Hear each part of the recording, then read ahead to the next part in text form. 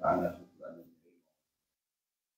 بسم الله الرحمن الرحيم وقالوا سبحانك لا علم لنا إلا ما علمتنا إنك أنت العليم الحكيم صدق الله العظيم وقال تعالى بسم الله الرحمن الرحيم الزانية والزاني فاجلدوا كل واحد منهما 100 جلدة ولا تأخذكم بهما رأفة في دين الله إن كنتم تؤمنون بالله واليوم الآخر وليشهد عذابهما طائفة minal mu'minin. Shadaqallahul azim. Yang saya hormati, yang saya muliakan jamaah sekalian rahimakumullah. Alhamdulillah pagi hari ini Allah mudahkan kita melaksanakan kewajiban sholat subuh berjamaah. Semoga Allah terima amal ibadah kita. Amin. Pagi ini kultum kita tentang kita harus punya sikap tega untuk sebuah kebaikan. Untuk pendidikan, untuk penegakan hukum harus tega. Kadang-kadang orang bilang, ya Allah, antum tega banget anak antum nggak dikasih jajan gitu. Biarin kalau dia jajan mulu, ntar dia boros gitu kan. Tega banget anaknya sekolahin jauh gitu kan.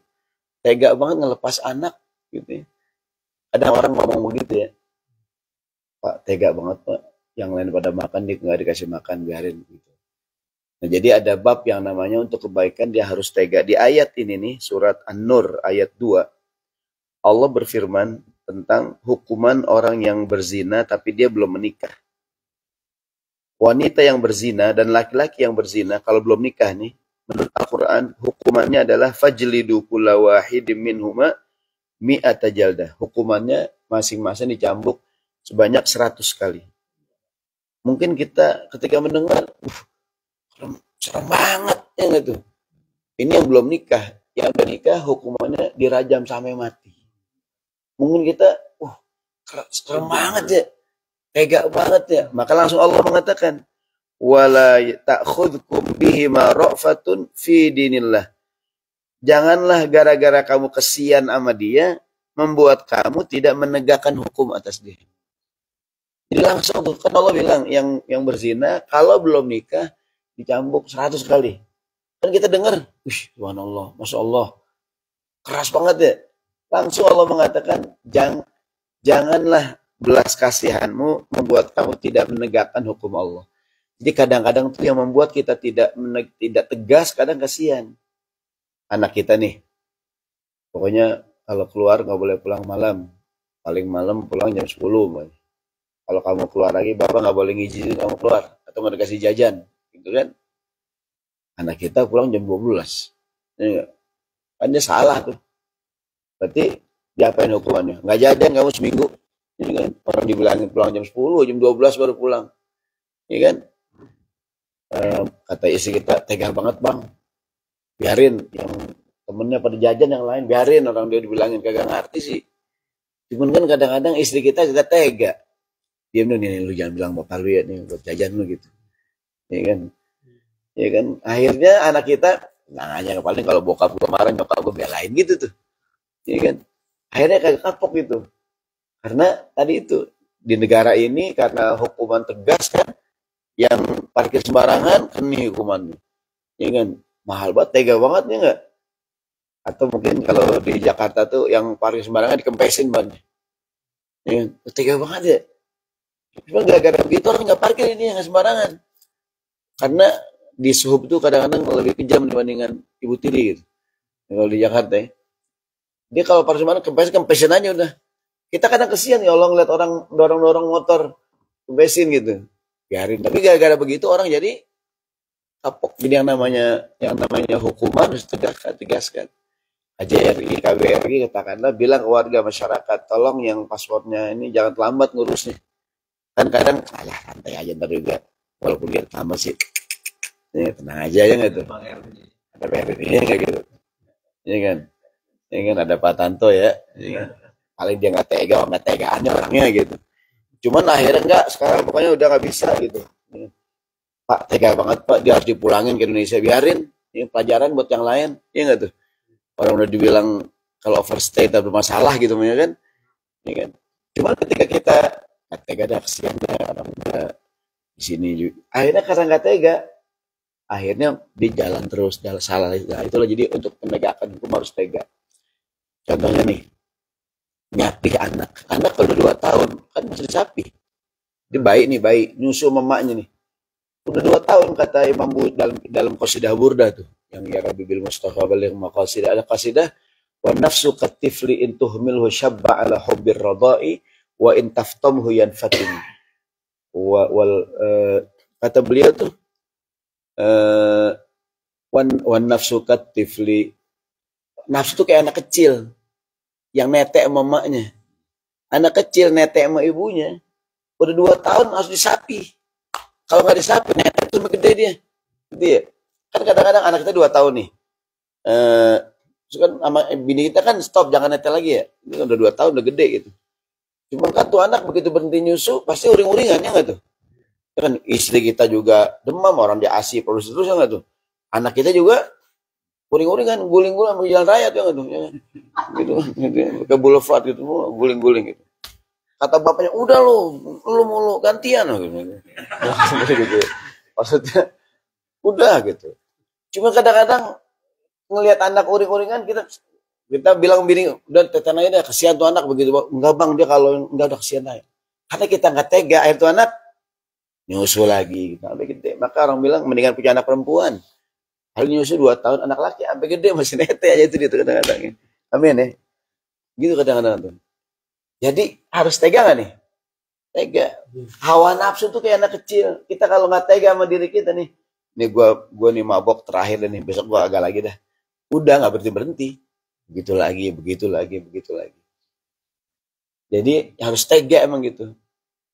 Dulu saya pesantren, sekarang udah tega banget dulu nyokap gue masukin gue anak gue ke pesantren ya. Tapi sekarang alhamdulillah gitu. Kalau orang tua kita gak tega, kita nggak gitu, nggak sampai ke Mesir, nggak sampai ke Amerika nih. Ini nggak. Jadi kadang-kadang ngelepas anak sekolah, kita kadang kan kalau tinggal enakan di rumah. Ada bini kita yang masakin, ya nggak. Kalau dia tinggal sendirian, dia asrama, ya nggak. Nggak tega bang, dia makannya cuma sama ayam, sama ceker doang gitu. Mendingan di rumah bang sama pala gitu kan. Gitu. Sama juga ya gitu. Nggak tega bang, ntar di sono dia gimana tidurnya ya, merem deh emang gimana tidurnya ya nggak. Ya kan kita kadang kagak tega ya. Contohnya kalau tanah air ngelepas anak pesantren, kan kita kadang kagak tega kalau tinggal anaknya di rumah, ya kan. Di pesantren kagak enak, tidur nggak enak, makan nggak enak. Cuman buat apa nih? Ilmu, ya kan? Harus tega kita. Ya kan? Bersyukurlah kita sama orang tua. Yang dulu tega banget kita dibuang. Begitu nyunatin anak, ya nggak. Kadang-kadang ada nggak anak mau disunatin takut? Ayah, aku takut. Harus tega, ya nggak. Ya. Kan apa namanya? Kalau kagak tega tuh anak nggak sunat sampai gede, gitu. Ya nggak berani ya, udah janganlah kasihan dia belum. Emang harus tega tuh untuk kebaikan. Nyapi anak, ngelepas anak sekolah. Kadang problem guru-guru TK tuh, itu guru-guru playgroup. Itu orang tua nggak tega ngelepas anaknya gitu. Kata guru, udah bu, tinggal aja ke rumah, ntar anak ibu di sekolah kita yang ngurusin. Emaknya nungguin di pintu ada nggak tuh, ya kan? Ngelongokin, masih disuapin tuh anak. Murid-murid lain udah mulai mandiri tuh. Karena orang tuanya ya udah gitu. Cuman yang kebangetan dimanja ada nggak tuh? Anaknya dilongok ditungguin depan pintu. Akhirnya anaknya on, ya nggak tuh? Ya kan? Iya, tau nggak bloon? Bloon tuh minum es ditiup. Abang, dingin itu. On. Ya. Jadi kenapa? Karena orang tuanya nggak tega gitu.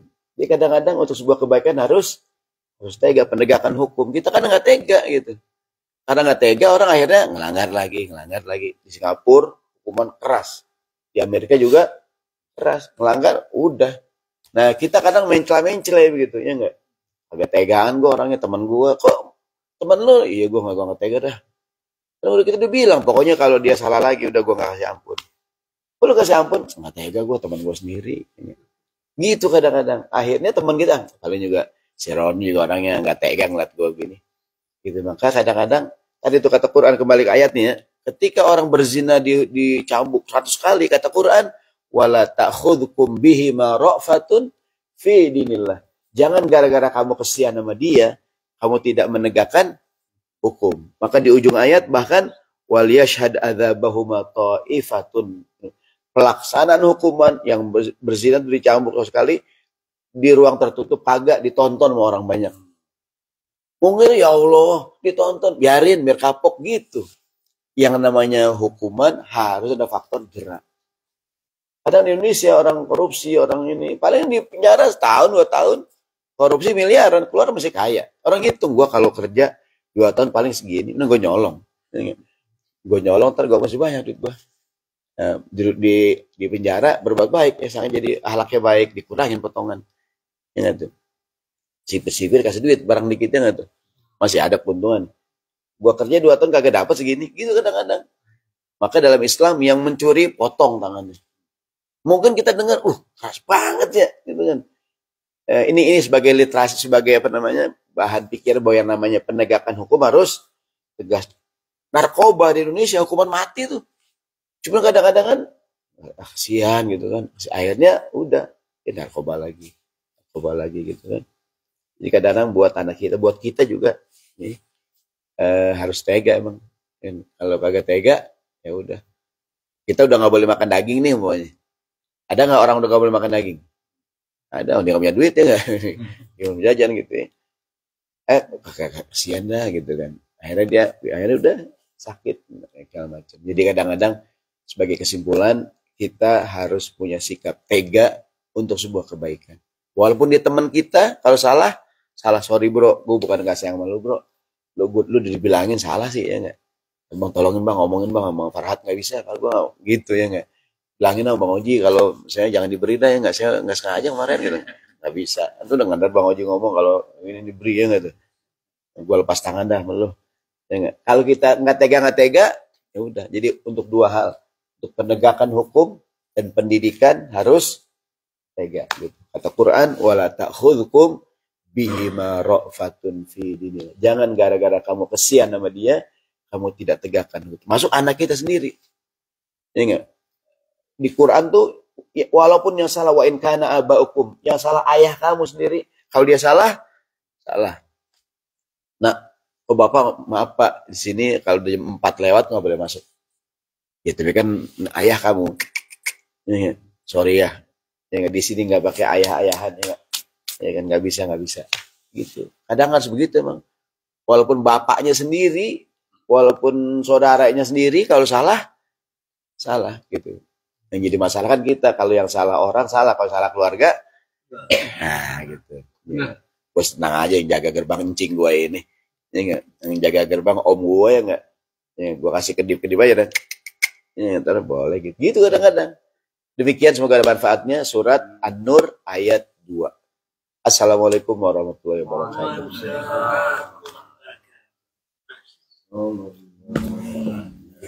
Muhammad.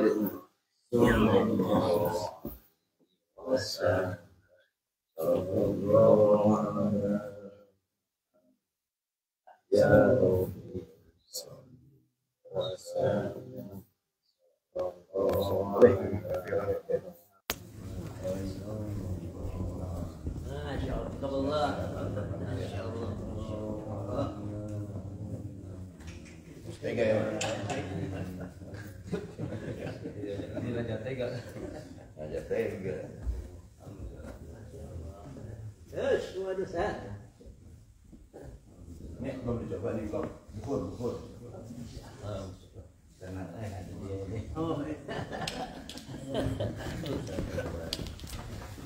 Jadi kita bagi ilmu tuh dari Ustaz.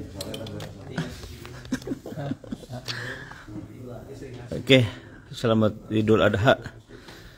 Ketemu lagi. Jazakumullah khairan dari Los Angeles, California.